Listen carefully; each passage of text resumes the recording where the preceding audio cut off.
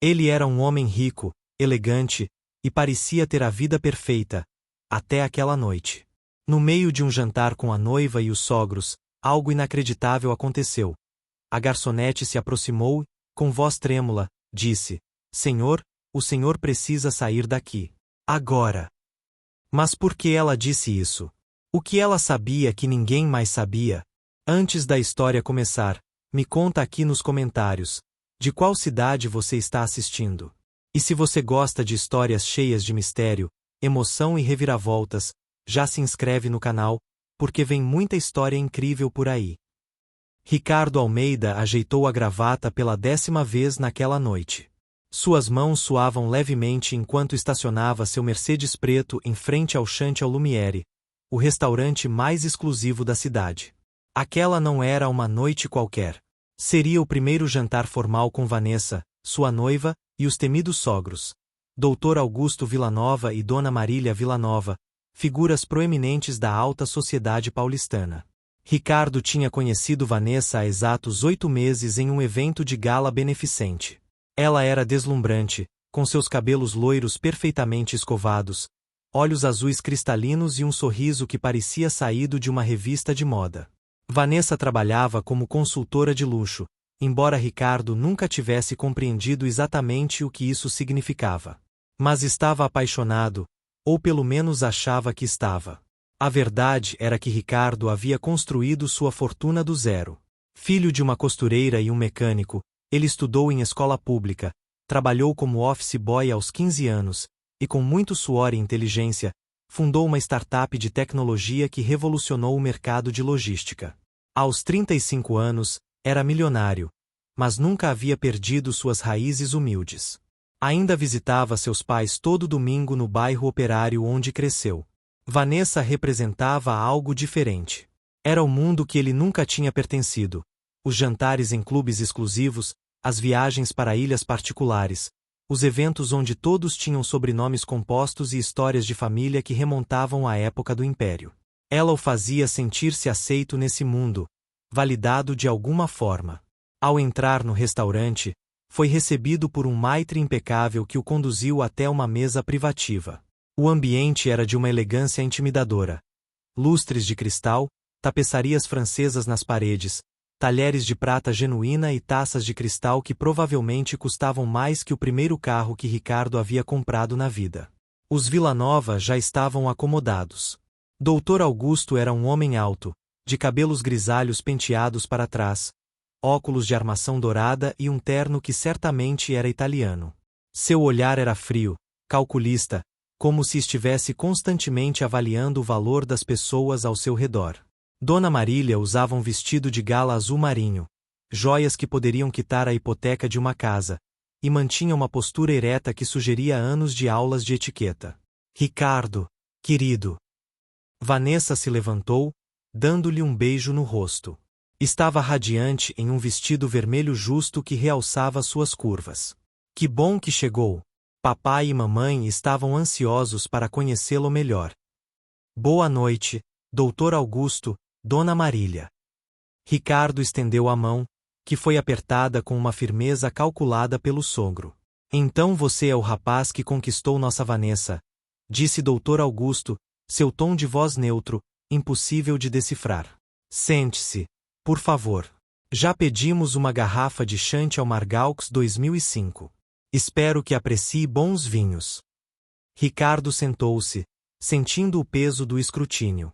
Confesso que não sou um especialista, mas estou sempre disposto a aprender. Modéstia, comentou Dona Marília, embora seu sorriso não alcançasse seus olhos. Vanessa nos contou sobre sua empresa. Tecnologia, não é? Algo sobre entregas. A forma como ela disse entregas fez parecer que Ricardo dirigia um caminhão de mudanças. Ele engoliu o incômodo.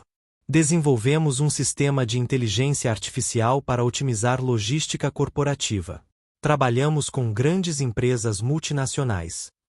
Fascinante, disse Dr. Augusto, embora seu tom sugerisse o oposto. E seus pais, Ricardo? Vanessa mencionou que eles são pessoas trabalhadoras. Ali estava a primeira investigação sobre suas origens. Ricardo respirou fundo. Sim, meu pai era mecânico, já aposentado. Minha mãe foi costureira a vida toda. São pessoas incríveis que me ensinaram o valor do trabalho duro. Que admirável, disse Dona Marília, mas havia algo em sua voz que tornava o elogio vazio. É tão raro encontrar jovens com essa determinação nos dias de hoje. O jantar prosseguiu com uma série de perguntas veladas.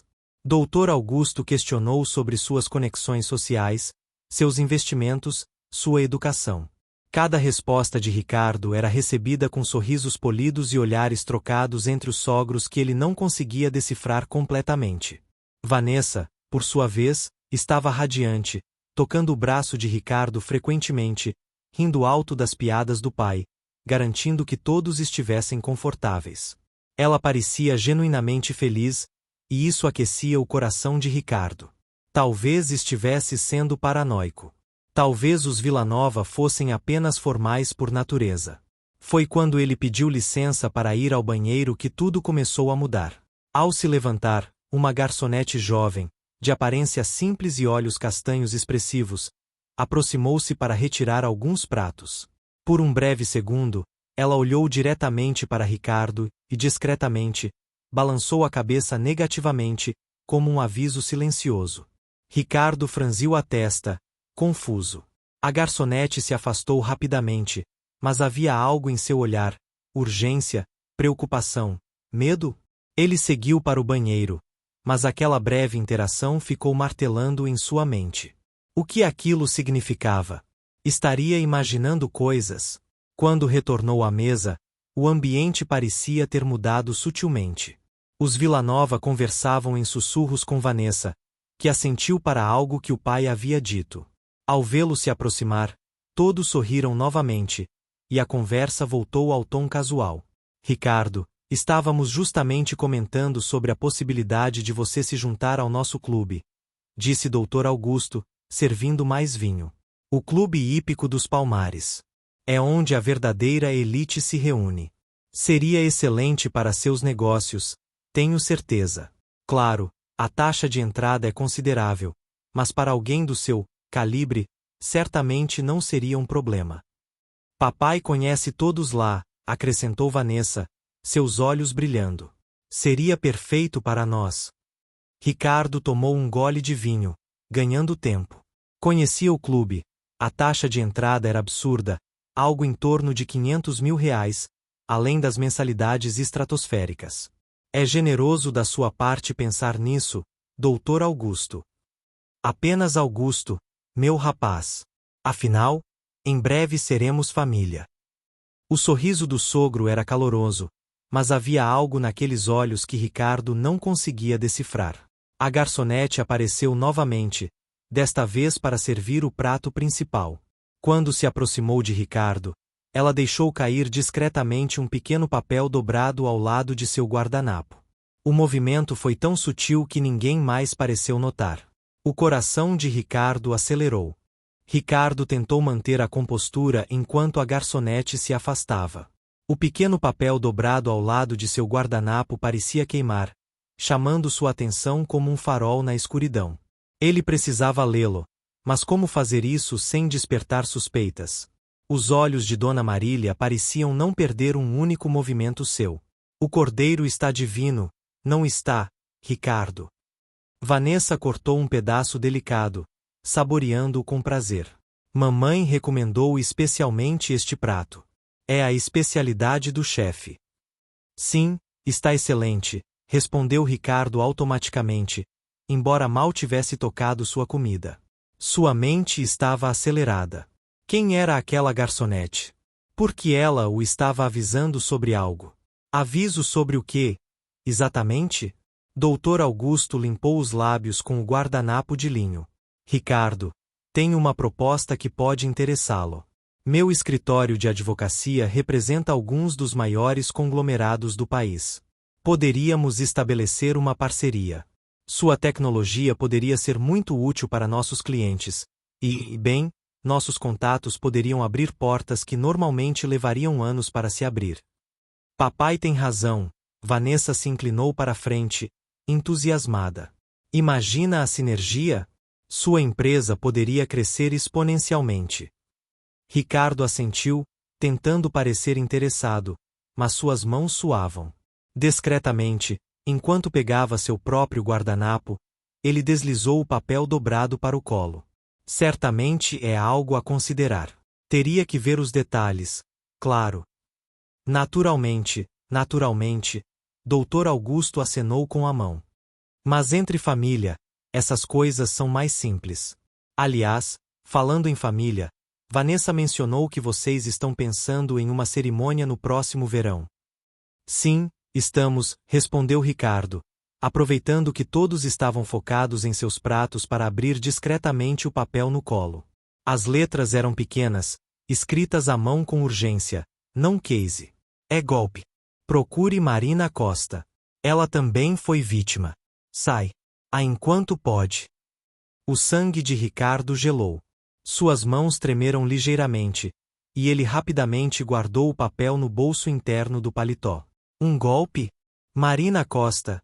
Quem era essa pessoa? E por que uma garçonete arriscaria seu emprego para avisá-lo sobre isso? Ricardo. Você está bem? A voz de Vanessa o trouxe de volta. Você ficou pálido. Estou ótimo, apenas, acho que o vinho está subindo um pouco. Não estou acostumado com bebidas tão fortes. Ele forçou um sorriso. Dona Marília observou-o com aqueles olhos penetrantes. Talvez devesse comer mais, querido. O cordeiro está ficando frio. Ricardo obedeceu, levando o garfo à boca mecanicamente. Sua mente estava em tumulto. Golpe? Mas golpe de quê? Vanessa parecia genuinamente apaixonada por ele. Eles tinham momentos maravilhosos juntos. Ela o fazia rir, era carinhosa, atenciosa, ou seria tudo calculado? Ele começou a repassar os últimos meses em sua mente. Conheceram-se no evento beneficente, mas agora que pensava bem, ela havia se aproximado dele, não o contrário. Iniciará a conversa, mostrará interesse em sua empresa, em sua história. Fizera perguntas sobre seus negócios, seus ativos, seus planos futuros. E depois havia as coincidências. O apartamento dela que precisou de reformas urgentes. Ele ajudou com 50 mil reais. O carro dela que teve problemas no motor.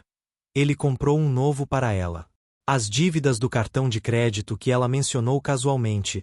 Envergonhada, ele quitou todas. Na época, tudo pareceu natural. Ele tinha dinheiro, ela estava em dificuldades momentâneas. Era o que pessoas que se amavam faziam. Certo? Mas e se? O contrato pré-nupcial, é claro, Dr. Augusto estava dizendo, e Ricardo percebeu que havia perdido parte da conversa. Desculpe, pode repetir? O contrato pré-nupcial, Dr. Augusto repetiu, sua voz assumindo um tom mais sério. É uma formalidade, você entende. Protege ambas as partes. Já preparei um documento bastante equilibrado. Podemos revisá-lo semana que vem em meu escritório. Papai. Vanessa fingiu estar ofendida. Que coisa mais sem romance. Querida, romance é uma coisa, patrimônio é outra. Dona Marília interveio. Seu pai está apenas sendo prático. Ricardo sentiu seu estômago se revirar. Claro, tudo no devido tempo. Mas confesso que ainda não pensei muito sobre isso. Mas deveria, Dr. Augusto se inclinou para a frente, seu olhar intensificando.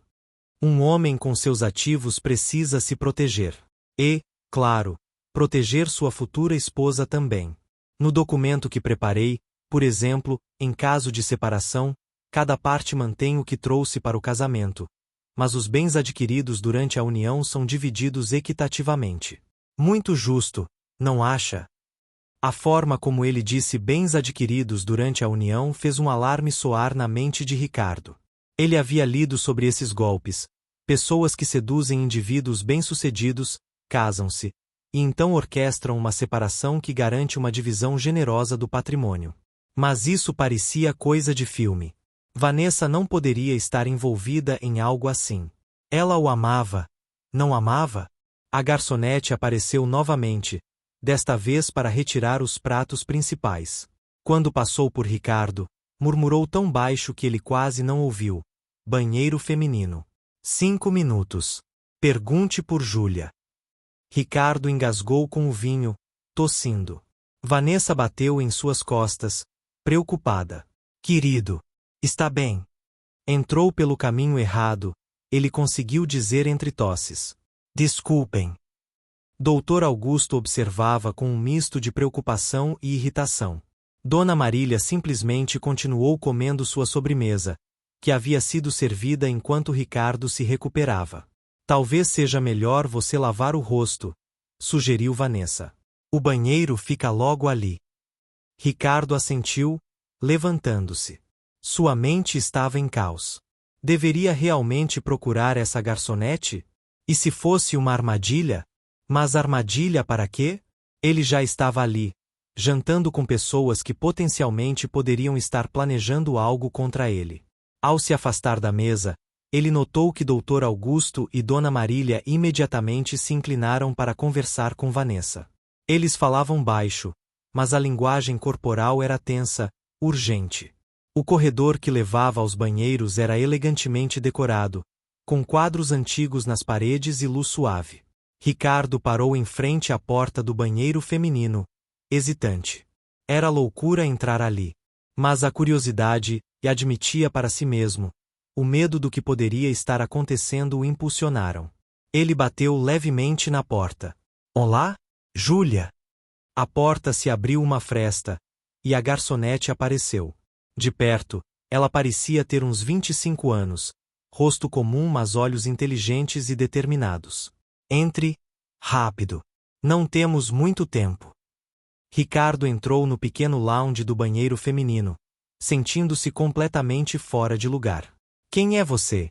Por que está fazendo isso? Meu nome é Júlia Santos. Trabalho aqui há 3 anos. Ela falava rápido, nervosa. Há 6 meses, eu vi essa mesma cena. Mesmo restaurante, mesma mesa privativa, mesma família. Só que o noivo era outro homem. Maurício, acho que era o nome. O que você está dizendo? Estou dizendo que essa família faz isso. A filha seduz homens ricos, eles se casam, e depois, bom, não sei exatamente o que acontece depois, mas sei que não é bom. Vi Maurício aqui algumas vezes com ela. Ele parecia apaixonado, igual a você. Então, de repente, ele desapareceu. Desapareceu? Sumiu.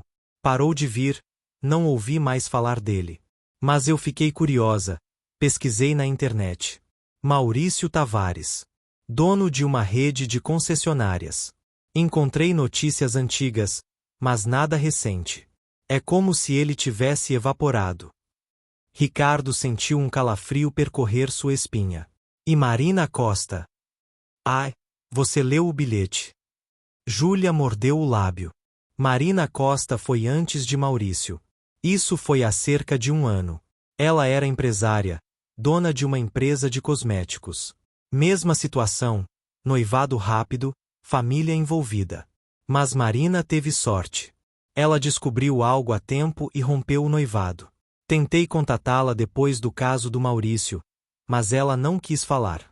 Apenas disse para eu ter cuidado e não me envolver. Por que está me contando isso agora? Os olhos de Júlia se encheram de lágrimas. Porque eu fiquei quieta da última vez. Quando vi Maurício aqui, tive um pressentimento ruim, mas não fiz nada. Pensei que estava sendo paranoica. E agora ele desapareceu. Não vou deixar isso acontecer de novo. Não consigo provar nada, não tenho evidências concretas, mas meu instinto me diz que você está em perigo. Ricardo passou a mão pelo cabelo, sentindo-se tonto. Isso é insano. Vanessa, ela não pode estar envolvida em algo assim. Nós temos algo real. Você tem certeza? Júlia o encarou. Pense bem. Quanto tempo vocês estão juntos? Como se conheceram? Quanto dinheiro você já gastou com ela ou para ajudá-la? Cada palavra era como uma punhalada. Ricardo não queria admitir, mas as perguntas de Júlia ecoavam suas próprias dúvidas. Ricardo voltou à mesa em estado de choque, mas forçando-se a manter a compostura. Vanessa o recebeu com um sorriso radiante, como se nada estivesse acontecendo, como se o mundo dele não tivesse acabado de ser virado de cabeça para baixo. Melhorou, querido? Ela tocou seu braço com afeto genuíno, ou que parecia genuíno. Agora Ricardo questionava cada gesto, cada palavra. Sim, muito melhor.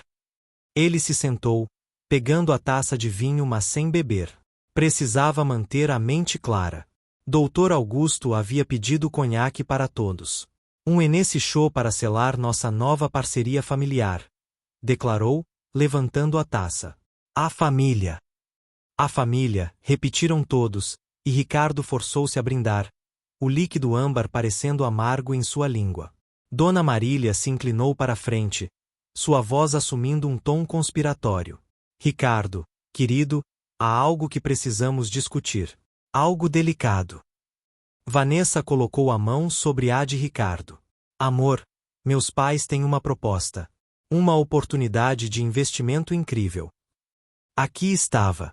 O momento que Júlia havia previsto, talvez. Ricardo manteve o rosto neutro. Estou ouvindo. Dr. Augusto começou seu discurso, claramente ensaiado. Veja bem, tenho um cliente, um empresário árabe muito discreto, que está vendendo uma participação em um consórcio de petróleo. É uma oportunidade que surge uma vez na vida. O investimento inicial é de R$ 2 milhões, mas o retorno projetado em 12 meses é de 400%. Claro, o negócio é extremamente confidencial. Ricardo ouviu todo o discurso, reconhecendo os sinais clássicos de um golpe. Promessas de retorno absurdo, necessidade de discrição, urgência, oportunidade única. Mas continuou ouvindo, assentindo, fazendo perguntas que um investidor interessado faria. E você já investiu nesse consórcio, Augusto? Perguntou Ricardo calmamente. Houve uma hesitação quase imperceptível. Bem, eu sou advogado do grupo, então tenho um arranjo diferente. Mas vários dos meus clientes mais importantes já entraram. Posso conhecer alguns deles? Para pedir referências. Outro momento de silêncio tenso. Dona Marília interveio rapidamente. Ricardo, você precisa entender que esse é um círculo extremamente fechado. Essas pessoas valorizam sua privacidade acima de tudo. Claro, compreendo perfeitamente. Ricardo sorriu. É apenas que 2 milhões é um investimento considerável. Preciso fazer minha due diligence, você entende. O clima na mesa mudou sutilmente. Os sorrisos ficaram mais forçados. Dr. Augusto trocou um olhar rápido com a esposa. Naturalmente, disse Augusto, sua voz um pouco mais fria. Mas a janela de oportunidade fecha em uma semana.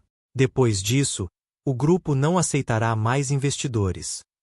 Sempre a urgência, pensou Ricardo. Tática clássica de golpistas. Não dar tempo para a vítima pensar ou investigar. Eu agradeço pela oportunidade, disse Ricardo, escolhendo suas palavras cuidadosamente. Vou pensar com carinho sobre isso. Vanessa apertou sua mão com mais força. Amor, papai não ofereceria isso se não fosse real. Ele está te tratando como família. Ricardo olhou para sua noiva, a mulher que ele havia planejado passar o resto da vida ao lado. Ela estava tão bonita ali, com a luz do lustre fazendo seus olhos brilharem. Mas agora ele via algo mais, algo que não tinha percebido antes. Havia cálculo naquele olhar. Expectativa. Não era o olhar de alguém apaixonado. Era o olhar de alguém esperando um retorno de investimento. Vanessa tem razão. Dona Marília se juntou à pressão. Você faz parte da família agora. Confiamos em você, e esperamos que confie em nós também. Confiança. Eles falavam de confiança enquanto potencialmente planejavam roubá-lo. A hipocrisia era de revirar o estômago. Ricardo decidiu testar as águas. Vocês sabem, pensei em contratar um detetive particular. O silêncio que se seguiu foi ensurdecedor. Todos pararam de se mexer. Um detetive? Dr. Augusto arqueou uma sobrancelha. Para quê? Oh, Apenas uma precaução padrão, Ricardo disse casualmente. Antes de casamentos, especialmente envolvendo patrimônios significativos. Não é nada pessoal, apenas verificações de antecedentes, esse tipo de coisa. Meu advogado sempre recomenda. Vanessa soltou sua mão abruptamente. Ricardo, você não confia em mim? Não é sobre confiança, amor. É sobre responsabilidade fiduciária. Minha empresa tem acionistas, compromissos. Isso é um insulto. Dona Marília se levantou, indignada. Depois de tudo que compartilhamos esta noite, depois de te abrirmos as portas da nossa família. Dr. Augusto levantou a mão, silenciando a esposa. Seu olhar estava frio como gelo agora, toda a pretensão de cordialidade desaparecida. Ricardo, acho que você está cometendo um erro. Um erro muito sério. Havia uma ameaça velada naquelas palavras. Ricardo sentiu um arrepio, mas manteve sua postura. Apenas sendo cauteloso. Cautela é uma coisa, desconfiança é outra. Dr. Augusto sinalizou para o garçom. Acho que nossa noite chegou ao fim. Vanessa tinha lágrimas nos olhos, reais ou performáticas. Ricardo já não conseguia dizer. Não posso acreditar que você faria isso, Ricardo. Pensei que me amasse. Eu amo você, ele respondeu, e parte dele ainda acreditava nisso, ou queria acreditar. Mas isso não significa que eu vou ser imprudente. Então não há casamento, Vanessa declarou dramaticamente. Se você não confia em mim, não podemos nos casar. Ricardo esperou sentir tristeza, devastação. Em vez disso, sentiu alívio. Se é assim que você se sente. É como todos nós sentimos, Dr. Augusto interveio, pegando sua carteira. Acho melhor você ir embora, Ricardo. Nós cuidaremos da conta. Ricardo se levantou, pegando seu paletó. Parte dele queria gritar, acusá-los, mas manteve a dignidade. Boa noite. Foi esclarecedor. Ao sair do restaurante, ele procurou por Júlia, mas ela não estava à vista. No estacionamento, enquanto abria a porta do carro, uma figura emergiu das sombras. Era Júlia, ainda com seu uniforme de garçonete. Você fez a coisa certa, ela disse, entregando-lhe um papel.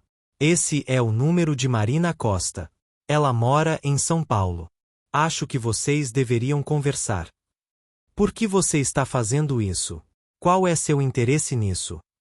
Júlia olhou para o restaurante, suas feições endurecendo.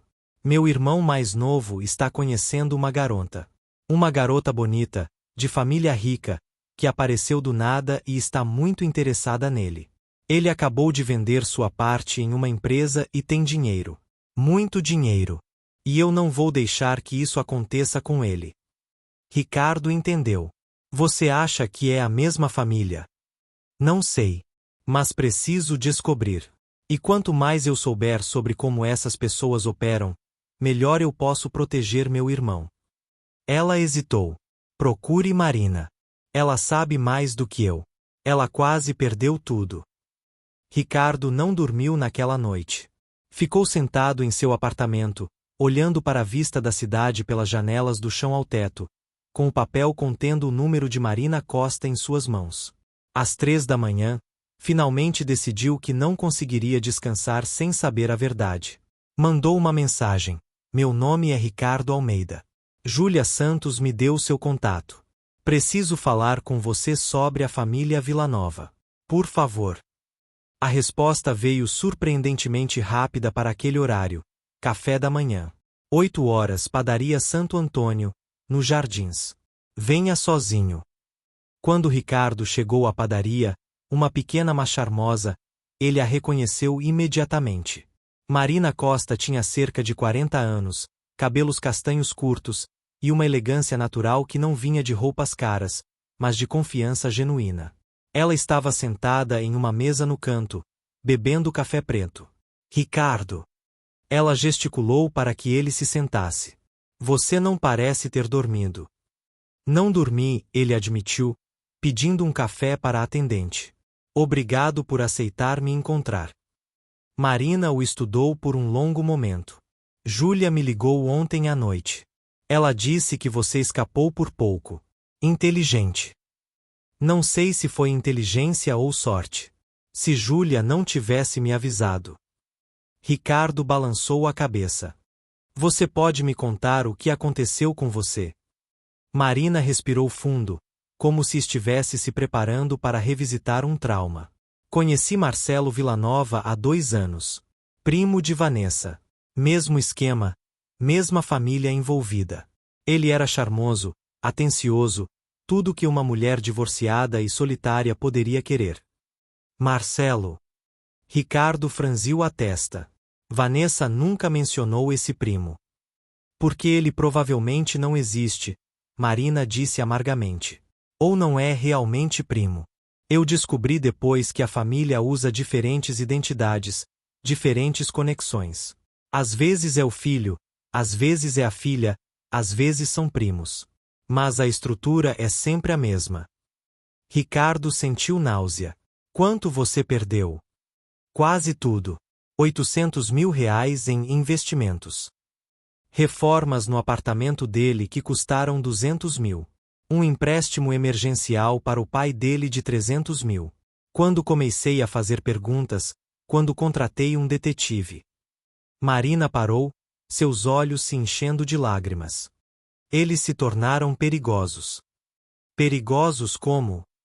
Minha empresa começou a ter problemas inexplicáveis. Fornecedores quebrando contratos, problemas com a Receita Federal, um incêndio suspeito no depósito. Eu estava sendo destruída sistematicamente. Marina pegou sua bolsa e tirou uma pasta. Isso aqui é tudo que consegui reunir sobre eles antes de desistir. Ricardo abriu a pasta. Havia fotos, documentos, reportagens impressas. Fotos de Vanessa com diferentes homens ao longo dos anos. Reportagens sobre empresários que haviam perdido fortunas em esquemas de investimento. Documentos mostrando empresas fantasmas, contas offshore. Meu Deus, sussurrou Ricardo. Isso é uma operação enorme. É uma família inteira dedicada a isso, Marina confirmou. Dr. Augusto não é realmente advogado. Ou melhor, ele até pode ter um diploma, mas seu verdadeiro negócio é isso. A família opera há pelo menos uma década, talvez mais. Ricardo folheou os documentos, seu estômago se revirando a cada página. E a polícia? Você foi à polícia? Claro que fui. Mas eles são espertos. Muito espertos. Marina tomou um gole de café, sua mão tremendo ligeiramente. Todos os investimentos que fiz foram voluntários. Todos os empréstimos foram documentados como presentes entre pessoas em relacionamento. Não há provas de coerção, não há ameaças registradas. Legalmente, eu apenas fiz escolhas financeiras ruins. Mas o incêndio, os problemas com fornecedores. Impossível de provar que foi eles. E meu advogado me aconselhou a parar de investigar. Disse que eu estava entrando em território perigoso, que havia pessoas poderosas envolvidas. Marina se inclinou para a frente. Ricardo, essa família tem conexões. Conexões reais. Policiais, juízes, empresários. Eles não operam sozinhos. Ricardo sentiu um calafrio percorrer sua espina. Júlia mencionou outro homem. Maurício Tavares. O rosto de Marina ficou pálido. Eu também ouvi falar dele. Tentei encontrá-lo, mas... Ela hesitou. Ele desapareceu completamente. Sem rastros, sem notícias, nada. Como se nunca tivesse existido. Você acha que eles fizeram algo com ele? Eu não sei. E é por isso que parei de investigar.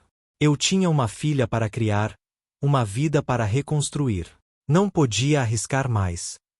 Marina pegou a mão de Ricardo. Mas você pode. Você tem recursos, tem influência. E agora você sabe a verdade antes de perder tudo. Ricardo olhou para os documentos espalhados na mesa. O que você sugere que eu faça? Primeiro, proteja seus ativos imediatamente. Transfira dinheiro, mude senhas, fale com seu advogado. Vanessa provavelmente tem acesso a mais informações suas do que você imagina. Marina abriu uma das pastas. Veja isso aqui. Eles usam pessoas para hackear contas, roubar informações. Uma vez que você está no radar deles, você não está seguro. Como saberei se eles estão me monitorando? Você já está sendo monitorado, Marina disse com certeza. Desde o momento que você saiu daquele restaurante ontem. Eles precisam saber o que você vai fazer, com quem você vai falar, se você representa uma ameaça. Como se em resposta, o telefone de Ricardo vibrou. Era uma mensagem de Vanessa. Precisamos conversar. Por favor. Eu te amo. Ontem foi um mal-entendido. Marina viu a expressão de Ricardo. É ela? Sim. Não responda. Pelo menos não ainda. Cada interação é uma oportunidade para eles manipularem você ou extraírem informações. Marina se levantou. Venha comigo. Há alguém que você precisa conhecer. Marina levou Ricardo a um escritório discreto em Pinheiros. A placa na porta dizia Consultoria Empresarial Rodrigues e Associados, mas quando entraram, ficou claro que não era um escritório comum de consultoria. Um homem de cerca de 50 anos, cabelos grisalhos e olhar cansado os recebeu. Marina, faz tempo. Carlos, este é Ricardo Almeida. Ele quase se tornou a próxima vítima dos Villanova. Carlos Rodrigues apertou a mão de Ricardo com firmeza. Seja bem-vindo ao clube que ninguém quer pertencer. Sente-se. O escritório tinha paredes cobertas com quadros brancos cheios de fotos, nomes, conexões desenhadas com marcadores coloridos. Parecia a sala de investigação de um thriller policial. O que é tudo isso? Perguntou Ricardo, aproximando-se dos quadros. 3 anos de investigação, respondeu Carlos. Eu era delegado da Polícia Civil. Me aposentei precocemente depois que tentei investigar essa família e fui desencorajado pelos meus superiores. Desencorajado? Ameaçado seria a palavra mais honesta. Carlos apontou para o quadro central. A família Villanova é apenas a ponta do iceberg. Eles fazem parte de uma rede muito maior de golpistas de alto nível. Múltiplas famílias, múltiplas operações, mas todas conectadas. Ricardo estudou o quadro. Havia pelo menos 20 nomes, fotos de diferentes pessoas, setas conectando uns aos outros. Quantas vítimas? Que eu consegui rastrear. 43 nos últimos 10 anos. Mas suspeito que haja muito mais. Carlos abriu uma gaveta e tirou mais pastas. A maioria nunca denuncia. Vergonha, medo, ou simplesmente não percebem que foram vítimas de um golpe até ser tarde demais. E o valor total? Conservadoramente? 100 milhões de reais. Mas provavelmente é muito mais. Ricardo sentou-se pesadamente. Como eles não foram pegos? Carlos riu amargamente. Porque eles têm um sistema perfeito. Veja, a maioria dos golpes falha porque são óbvios demais, rápidos demais, ambiciosos demais. Mas os Villanova são pacientes. Eles constroem relacionamentos reais, criam memórias reais, fazem você realmente acreditar que está amando e sendo amado. Marina se sentou ao lado de Ricardo. Eles estudam você primeiro. Descobrem seus pontos fracos, seus desejos, seus medos. Marcelo sabia exatamente o que dizer para me conquistar porque ele havia pesquisado tudo sobre mim antes mesmo de nos encontrarmos por acaso. E eles têm proteção, Carlos continuou. Um dos sócios da operação é um desembargador aposentado. Outro é um delegado federal ativo. Eles têm advogados que sabem exatamente como estruturar os golpes para ficarem em áreas cinzentas legalmente. Ricardo se sentiu sufocado. E Maurício Tavares? O que realmente aconteceu com ele? Carlos e Marina trocaram um olhar. Carlos suspirou. Maurício descobriu algo. Algo grande. Ele tinha contratado um detetive particular que conseguiu provas concretas de fraude. Estava prestes a ir à imprensa. E ele desapareceu. Literalmente.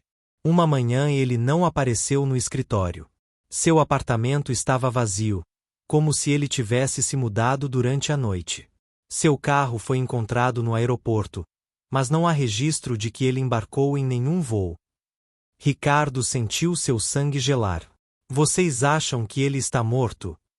Não sabemos, Carlos admitiu. Pode estar escondido, pode ter sido forçado a deixar o país, ou... Ele não terminou a frase. O telefone de Ricardo vibrou novamente. Outra mensagem de Vanessa. Por favor, amor. Meus pais foram longe demais ontem. Podemos nos encontrar? Só nós dois? Te amo tanto. Carlos viu a expressão de Ricardo. Ela não vai desistir facilmente. Você representa um investimento de tempo e esforço. Eles vão tentar recuperá-lo. Ou me destruir, Ricardo murmurou. Também é uma possibilidade, Carlos concordou. Especialmente se você representar uma ameaça. Se eles acharem que você pode expô-los. Mas eu posso, não posso. Ricardo olhou para os dois. Com todas essas informações, com todas essas vítimas, podemos ir à polícia, à imprensa, fazer algo. Marina balançou a cabeça tristemente. Ricardo, você não está entendendo. Nós tentamos. Carlos tentou. Outros tentaram. E ou foram ignorados, ou foram ameaçados, ou, pior. Então o que vocês estão fazendo aqui? Por que continuar investigando se não podem fazer nada? Carlos se levantou e foi até a janela. Porque alguém tem que fazer alguma coisa. Eu não podia como delegado por causa das pressões políticas. Marina não podia porque tinha uma filha para proteger. Mas juntos, devagar, estamos construindo um caso que seja tão sólido que não possa ser ignorado. E quanto tempo isso vai levar? Não sabemos. Meses, talvez anos.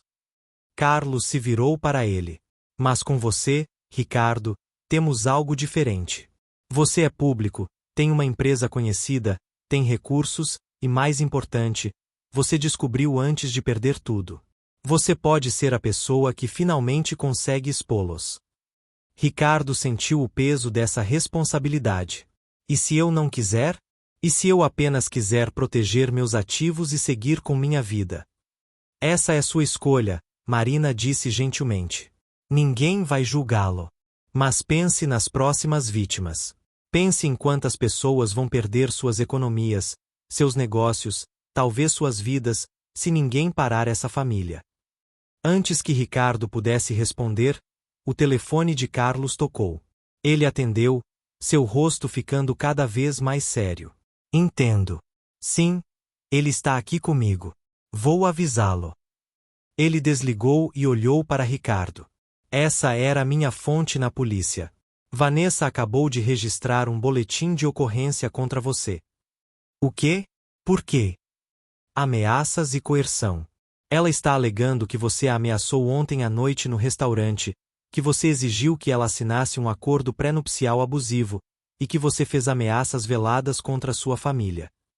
Ricardo ficou de pé de um pulo. Isso é absurdo. Eu não fiz nada disso. Nós sabemos, Carlos disse calmamente. Mas isso é uma deles. Quando uma vítima escapa ou se torna problemática, eles invertem a narrativa. Fazem você parecer o vilão. E com as conexões deles. Eles podem fazer isso parecer real, Marina completou. Ricardo, você precisa sair de São Paulo. Agora. As próximas horas foram um borrão frenético. Carlos tinha um apartamento seguro em um bairro discreto de São Paulo onde Ricardo poderia ficar temporariamente. Marina o ajudou a fazer ligações urgentes para seu advogado e seu contador, instruindo-os a proteger seus ativos imediatamente. Transferências internacionais, mudança de senhas, revogação de procurações, faça tudo agora. Marina instruiu enquanto Ricardo falava ao telefone. Seu advogado, Dr. Henrique Mendes, estava alarmado. Ricardo, um boletim de ocorrência não é uma acusação formal, mas com as alegações que ela está fazendo, você precisa se proteger. Vou preparar uma defesa preventiva, mas seria melhor você ficar fora do radar por alguns dias. Quando Ricardo desligou, Ele se sentiu perdido. Sua vida, tão cuidadosamente construída, estava desmoronando em questão de horas. Como isso aconteceu? Ele murmurou. Há 48 horas eu estava planejando meu casamento. Agora sou um fugitivo. Você não é fugitivo, Carlos corrigiu. Você é uma vítima que está se protegendo. Há uma diferença. Eles chegaram ao apartamento seguro, um modesto 2 quartos em um prédio antigo, sem portaria, sem câmeras. Perfeito para passar despercebido. Fique aqui por alguns dias enquanto avaliamos a situação, Carlos instruiu. Não use seu celular principal. Use este. Ele entregou a Ricardo um telefone pré-pago. E não entre em contato com ninguém da sua vida normal. Nenhum amigo, nenhum colega de trabalho, ninguém. E minha empresa? Tenho reuniões, compromissos. Seu sócio pode gerenciar por alguns dias, não pode? Marina perguntou. Ricardo, você precisa entender a gravidade disso. Se a família Villanova decidir que você é uma ameaça, eles têm recursos para tornar sua vida um inferno. Ricardo assentiu, sentindo-se entorpecido. Depois que Carlos e Marina saíram, ele ficou sozinho no apartamento silencioso. Era tão diferente de seu luxuoso penthouse. As paredes eram descascadas, os móveis eram básicos, havia um cheiro de mofo no ar. Ele ligou a televisão para ter algum ruído de fundo e quase caiu da cadeira quando viu sua própria foto na tela. Era um canal de notícias local. Ricardo Almeida, empresário do setor de tecnologia, está sendo procurado pela polícia para prestar esclarecimentos sobre alegações de ameaças contra sua ex-noiva, Vanessa Villanova. Fontes próximas à família afirmam que Almeida teria se tornado violento quando confrontado com um acordo pré-nupcial. Não, Ricardo sussurrou, sentindo o pânico tomar conta. O telefone pré-pago tocou. Era Carlos. Você viu as notícias? Como eles conseguiram isso tão rápido? Como isso chegou à mídia? Eles têm contatos, Ricardo. Eu te avisei. Eles sabem como manipular a narrativa. Carlos pausou. Mas há boas notícias. Tenho um jornalista investigativo que pode estar interessado na sua história. Renata Campos. Ela é conhecida por expor corrupção e crimes de colarinho branco. Se alguém pode ajudar, é ela. Quando posso encontrá-la? Amanhã de manhã. Mas Ricardo, você precisa estar preparado para contar tudo. Cada detalhe, cada centavo que gastou, cada momento íntimo. Não será confortável. Ricardo olhou para sua imagem na televisão, agora sendo retratado como um agressor, um homem violento. Sua reputação, construída ao longo de anos de trabalho duro e integridade, estava sendo destruída em tempo real. Eu estou preparado, ele disse com determinação. Vamos acabar com isso. Naquela noite, Ricardo mal dormiu. Cada barulho no corredor o fazia pular, cada carro que passava na rua o deixava tenso. Ele revisou mentalmente cada momento com Vanessa, procurando sinais que deveria ter visto, bandeiras vermelhas que ignorou. Havia sinais. Claro que havia. A forma como ela sempre desviava quando ele perguntava sobre suas amigas, como ela evitava apresentá-lo a pessoas da vida dela além da família. Como ela sempre tinha uma emergência financeira. Como ela estava sempre disponível, sempre livre, como se sua única ocupação fosse ele. Às 3 da manhã, ele recebeu uma mensagem no celular pré-pago de um número desconhecido. Isso não precisa ser assim. Podemos resolver isso civilizadamente. $500.000 e todos esquecem que isso aconteceu.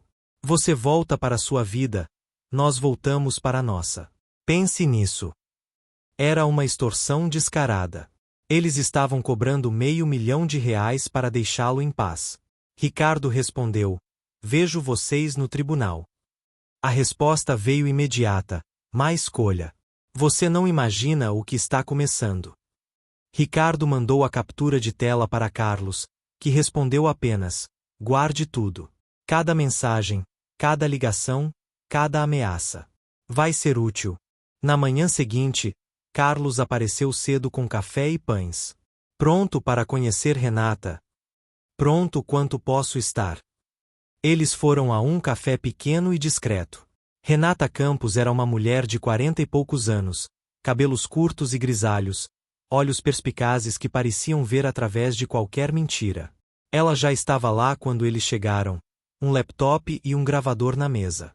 Você deve ser Ricardo, ela disse, não oferecendo aperto de mão, apenas indicando a cadeira. Carlos me contou sua história. Fascinante, mas preciso verificar tudo antes de publicar qualquer coisa. Claro, Ricardo se sentou. O que você precisa saber? Tudo. Do começo. Renata ligou o gravador. E não pule nada. Detalhes importam. Ricardo começou a falar. Contou sobre o evento de gala onde conheceu Vanessa, sobre o cortejo, os presentes, as promessas. Falou sobre o jantar com os sogros, sobre Júlia e o aviso dela, sobre Marina e sua história. Falou sobre as ameaças, o boletim de ocorrência, a extorsão da noite anterior. Renata ouvia em silêncio, ocasionalmente fazendo anotações, sua expressão permanecendo neutra. Quando Ricardo terminou, quase 2 horas depois, ela desligou o gravador. Você tem sorte. Sorte. Ricardo quase riu. Estou sendo retratado como um criminoso na mídia, estou escondido em um apartamento seguro. Sorte porque você saiu antes de perder tudo. Sorte porque você ainda tem recursos para lutar. Sorte porque conheceu Júlia. Renata abriu seu laptop. Eu tenho investigado a família Villanova há 6 meses. Tenho partes da história, mas me faltavam vítimas dispostas a falar publicamente. A maioria tem muito medo ou muita vergonha. Você vai publicar isso? Vou. Mas não ainda. Preciso de mais. Preciso de documentos, de provas, de pelo menos mais 2 vítimas dispostas a aparecer. Renata olhou para ele intensamente. E eu preciso de você. Na câmera, contando sua história. Ricardo hesitou. Ir a público significava não haver volta. Significava se tornar o centro de um escândalo. Mas também significava possivelmente salvar outras pessoas de passarem pelo que ele passou. Eu faço isso, ele decidiu. Mas eu quero garantias. Garantias de que você vai chegar até o fim, que não vai desistir quando a pressão vier. Renata sorriu pela primeira vez. Senhor Almeida, eu fui ameaçada por traficantes, por políticos corruptos, por empresários poderosos. A família Villanova não me assusta. Os próximos dias foram uma montanha-russa. Renata trabalhou incansavelmente, rastreando outras vítimas dos Villanova. Carlos usou seus contatos da época de delegado para acessar registros que oficialmente não deveria ter acesso. Marina convenceu 3 outras vítimas a falarem, todas sob anonimato. Enquanto isso, a campanha contra Ricardo na mídia se intensificava. Vanessa deu entrevistas lacrimosas falando sobre o relacionamento abusivo. Dr. Augusto apareceu em programas de televisão discutindo a importância de proteger mulheres de homens violentos. A narrativa estava sendo controlada por eles. É difícil assistir, Ricardo admitiu para Carlos em uma das noites no apartamento seguro. Ver mentiras sendo contadas sobre mim e não poder me defender. Aguarde, Carlos aconselhou. A verdade está chegando. E quando chegar, vai ser como uma bomba. A matéria de Renata finalmente ficou pronta em uma sexta-feira. Ela mostrou uma prévia para Ricardo, Marina e Carlos. Era devastadora. Renata tinha conseguido documentos bancários mostrando transferências suspeitas, testemunhos de 5 vítimas, Ricardo e Marina com rosto exposto, 3 sob anonimato. E, mais importante, ela tinha conseguido provas de que Dr. Augusto Villanova tinha pelo menos 3 identidades diferentes que ele usou ao longo dos anos. Como você conseguiu isso? Ricardo perguntou, impressionado. Uma jornalista investigativa nunca revela suas fontes. Renata sorriu. Mas digamos que certos policiais aposentados com rancor por terem sido forçados a abandonar investigações são muito colaborativos. A matéria seria publicada no site de notícias às 18 horas de domingo, horário de maior audiência. Mas antes disso, Renata tinha um último golpe preparado. Eu consegui algo especial, ela disse, abrindo um arquivo de vídeo no laptop. Um informante me passou isso. É uma gravação de uma reunião da família Villanova discutindo. Bem, vejam vocês mesmos. O vídeo mostrava uma sala de estar luxuosa. Dr. Augusto, Dona Marília, Vanessa e mais 3 pessoas que Ricardo não reconheceu estavam sentados conversando. A qualidade do áudio não era perfeita, mas dava para entender. O Almeida está sendo mais difícil que os anteriores, dizia Augusto. Mas ele vai ceder. Eles sempre cedem. A pressão pública, as acusações legais, o isolamento, eventualmente ele vai preferir pagar para fazer tudo desaparecer. E se não pagar? Perguntou uma das pessoas desconhecidas.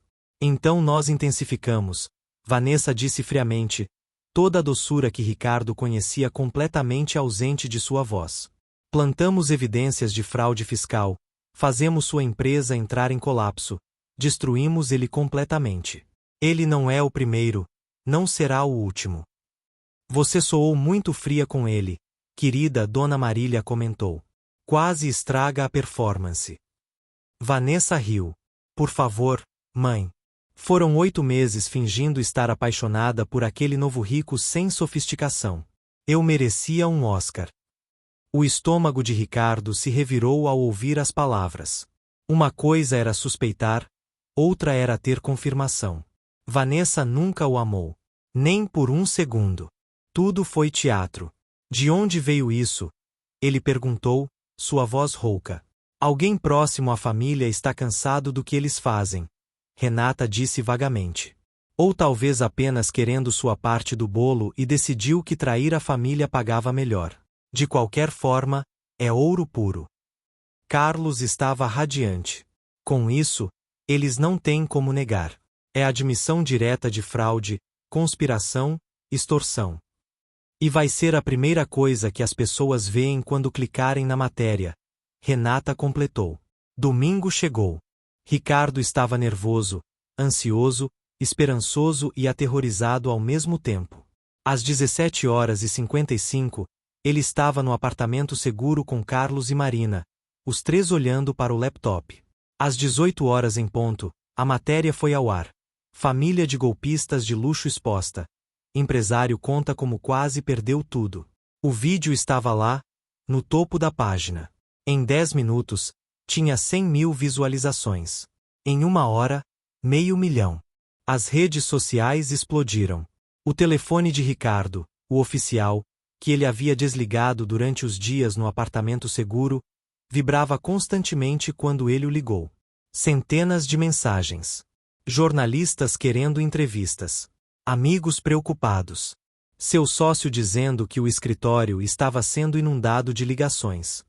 Mas as melhores mensagens vieram de pessoas que ele não conhecia. Outras vítimas, saindo das sombras, oferecendo seus próprios testemunhos. Em 24 horas, Renata tinha 15 novos casos documentados. A reação da família Villanova foi rápida. Dr. Augusto emitiu um comunicado negando tudo, alegando que o vídeo era deepfake, que era uma vingança orquestrada por um ex-noivo rejeitado e ressentido. Mas era tarde demais. A Polícia Federal foi forçada a abrir uma investigação formal. Promotores começaram a examinar as finanças da família. E o mais importante, o público estava do lado de Ricardo. Uma semana depois, Ricardo finalmente pôde voltar para seu apartamento. A acusação de Vanessa havia sido retirada depois que várias testemunhas do restaurante, incluindo Júlia e outros funcionários, confirmaram que Ricardo não havia ameaçado ninguém.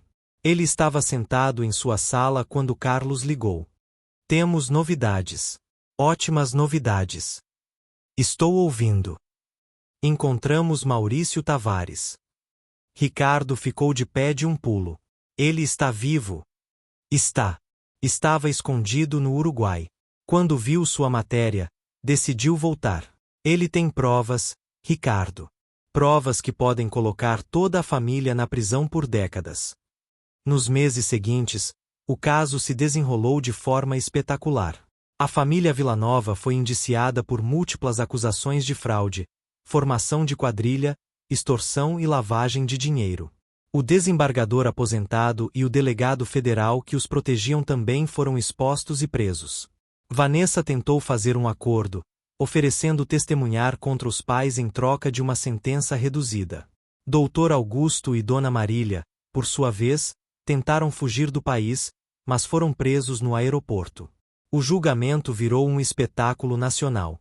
Ricardo testemunhou, assim como Marina, Maurício e 12 outras vítimas. Júlia Santos também testemunhou sobre o que havia observado ao longo dos anos no restaurante. No final, Dr. Augusto recebeu 15 anos de prisão. Dona Marília, 12 anos. Vanessa, 8 anos com possibilidade de liberdade condicional em 5. Um ano depois do jantar fatídico, Ricardo estava em uma café, coincidentemente a padaria Santo Antônio onde havia encontrado Marina pela primeira vez. Ela estava lá também, assim como Carlos e Júlia. Um ano, Marina brindou com sua xícara de café. Um ano desde que tudo começou. E terminou, Carlos acrescentou. Pelo menos para essa família. Mas há outras por aí. Eu sei, Ricardo disse. É por isso que estou usando parte da minha fortuna para criar uma fundação. Para ajudar vítimas de golpes românticos, para financiar investigações, para prevenir que outros passem pelo que passamos. Júlia sorriu. E seu irmão? Seguro. Terminei aquele relacionamento suspeito rapidamente assim que tudo isso veio à tona. Ele não estava feliz na hora, mas agora me agradece. Ricardo olhou para aquelas 3 pessoas que haviam sido essenciais para sua salvação. Uma garçonete corajosa, um ex-delegado determinado, uma empresária resiliente. Heróis improváveis. Vocês salvaram minha vida, ele disse simplesmente. Não apenas meu dinheiro ou minha empresa. Minha vida. Nós salvamos uns aos outros, Marina corrigiu. Essa é a única forma de vencer pessoas assim. Juntos.